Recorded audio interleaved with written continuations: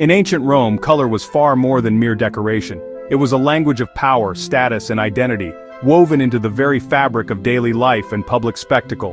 And among all the colors that adorned the Roman world, no shade spoke more loudly, or more unmistakably, than purple. Roman purple, also known as Tyrian purple, was a deep, glowing hue, almost otherworldly in its richness. It was a color reserved for the gods in myth, for generals in triumph, and above all, for the emperor himself. To wear it was to claim a connection to divinity and destiny. To see it in public was to witness authority made visible, a living symbol of the state's might, and the wearer's elevated place within it. Imagine the bustling Roman forum, a sea of white togas and earthy tunics, merchants haggling, senators debating, citizens going about their day. And then suddenly, a flash of purple, a single figure draped in the rarest dye. Conversations hush, heads turn, and all eyes are drawn to the wearer as if the very air has changed. This color set its wearer apart instantly, a clear and unmistakable signal of rank, privilege, and the favor of the state. It was a visual code everyone understood, from the humblest citizen to the highest patrician. But purple wasn't just expensive, it was politically charged, woven into Roman law and tradition. The right to wear it was strictly controlled, and its misuse could bring severe punishment. It was a color that carried the weight of centuries of custom and the force of imperial decree. Only the highest echelons of society could wear it. Emperors, senators, and a select few granted special honors. For everyone else, purple was forbidden, making it a visual marker of power and exclusivity from the days of the Republic to the height of the Empire. To understand Roman purple is to understand how the Romans communicated authority, legitimacy, and ambition in a world without newspapers, television, or social media. The color itself became a message, instantly recognizable and impossible to ignore.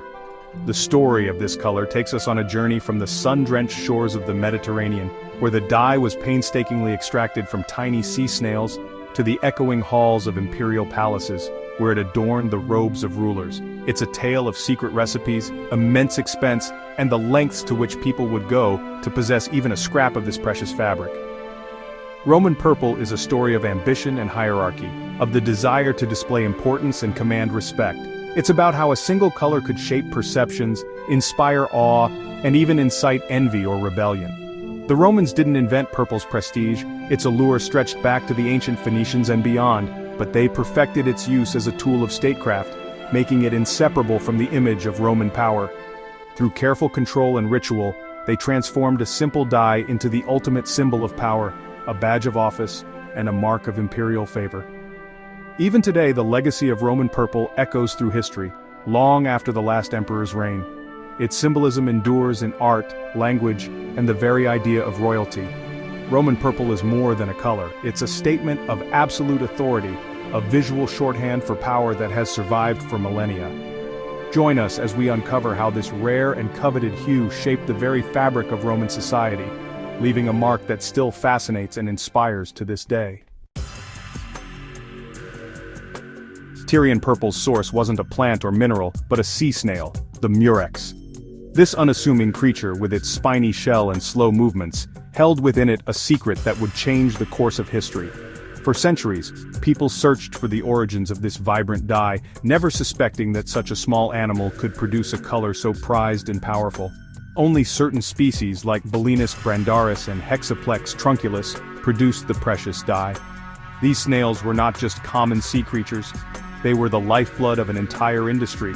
Their unique biology allowed them to secrete a special mucus, which, when processed, transformed into the legendary purple. These snails thrived off the Phoenician coast, especially near Tyre, giving the dye its name. The warm, rocky shores of the eastern Mediterranean provided the perfect habitat, and the city of Tyre soon became synonymous with luxury and wealth, all thanks to these remarkable mollusks. The secret of extracting color from snail mucus was a Phoenician innovation, shrouded in myth and legend.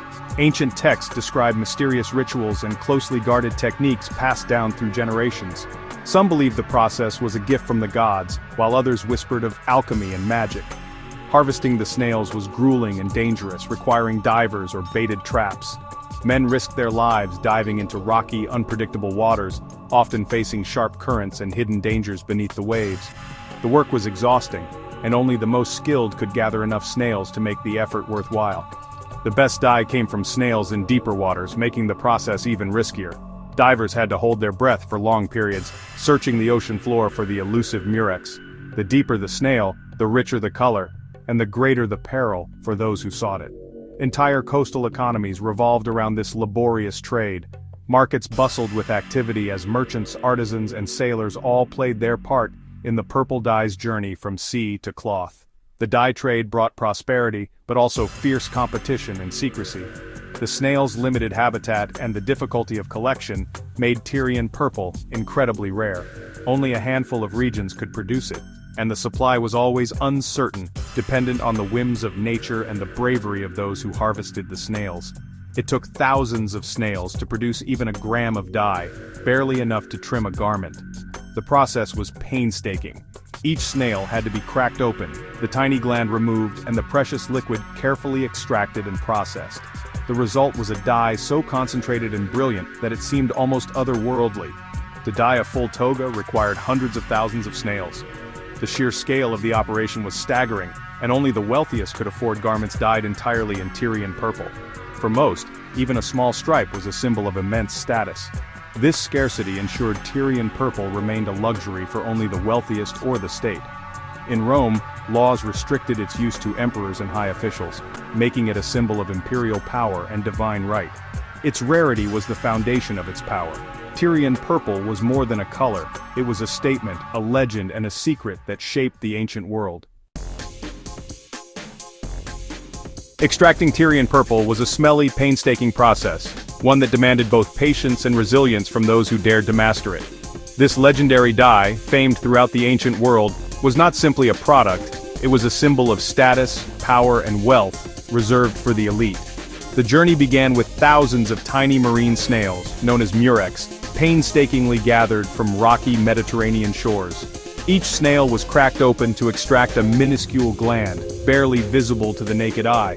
This gland was the source of the precious dye, but the process was far from over. The glands were steeped in salt and left to rot in the sun, producing a stench so overpowering that dye workshops were forced to the very edges of cities. The smell became infamous, a mark of the dye's authenticity and the lengths to which artisans would go. After days of putrefaction, the foul mixture was transferred to large vats and boiled for several more days. Workers would carefully skim off impurities, all while monitoring the color's transformation, a process that required constant vigilance and a practiced eye. Achieving the prized blood purple was no accident. It demanded expert skill, precise timing, and a deep understanding of the mysterious chemistry at play. Only the most experienced artisans could consistently produce the vibrant, long-lasting hue that set Tyrian purple apart.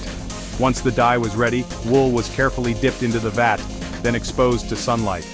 This final step triggered a remarkable chemical reaction, gradually revealing the cloth's brilliant purple shade, a color that seemed almost magical to those who witnessed it.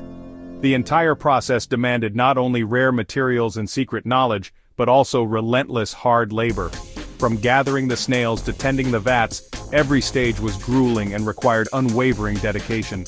The result was a dye so rare and costly that it was literally worth more than its weight in gold. Only the wealthiest could afford garments dyed with Tyrian purple, making it a true luxury of the ancient world. Tyrian purple's creation was as exclusive as its use. The dye was reserved for emperors, high priests, and the most powerful citizens, further elevating its mystique. Its production was a closely guarded art, shrouded in secrecy and tradition, adding to the allure and enduring worth of Tyrian purple, a color that truly changed the course of history. Tyrian purple was the most expensive dye in Rome, worth more than gold. A pound of purple wool could cost more than 3 years' wages for a laborer. Only the elite could afford it. Wearing purple was a public display of immense wealth. Cheaper imitations existed, but the real thing was unmistakable. The trade was controlled by powerful merchants and eventually, the Roman state itself. Imperial monopolies ensured profits and exclusivity flowed to the emperor. Purple cloth became an heirloom, passed down like gold or property. Seeing a senator in purple wasn't just seeing power, it was seeing a fortune. The color was a constant reminder of Rome's vast social divide. Purple's power was more than economic, it was sacred. Roman gods, especially Jupiter, were depicted in purple robes, linking the color to divinity. Triumphant generals wore solid purple togas, embodying godlike status for a day. Emperors adopted this symbolism, using purple to project divine authority. Only the emperor could wear a garment of pure Tyrian purple, the ultimate symbol of office. To don the purple became synonymous with becoming emperor. Stripping someone of purple meant stripping them of power. The color was a living extension of imperial authority. Roman sumptuary laws strictly regulated who could wear purple. Senators wore a broad purple stripe, equestrians a narrow one, commoners plain white. These visual cues instantly revealed social rank. Under the empire, only the emperor and his family could wear solid purple. Breaking these laws was a capital offense. Purple became the emperor's exclusive brand.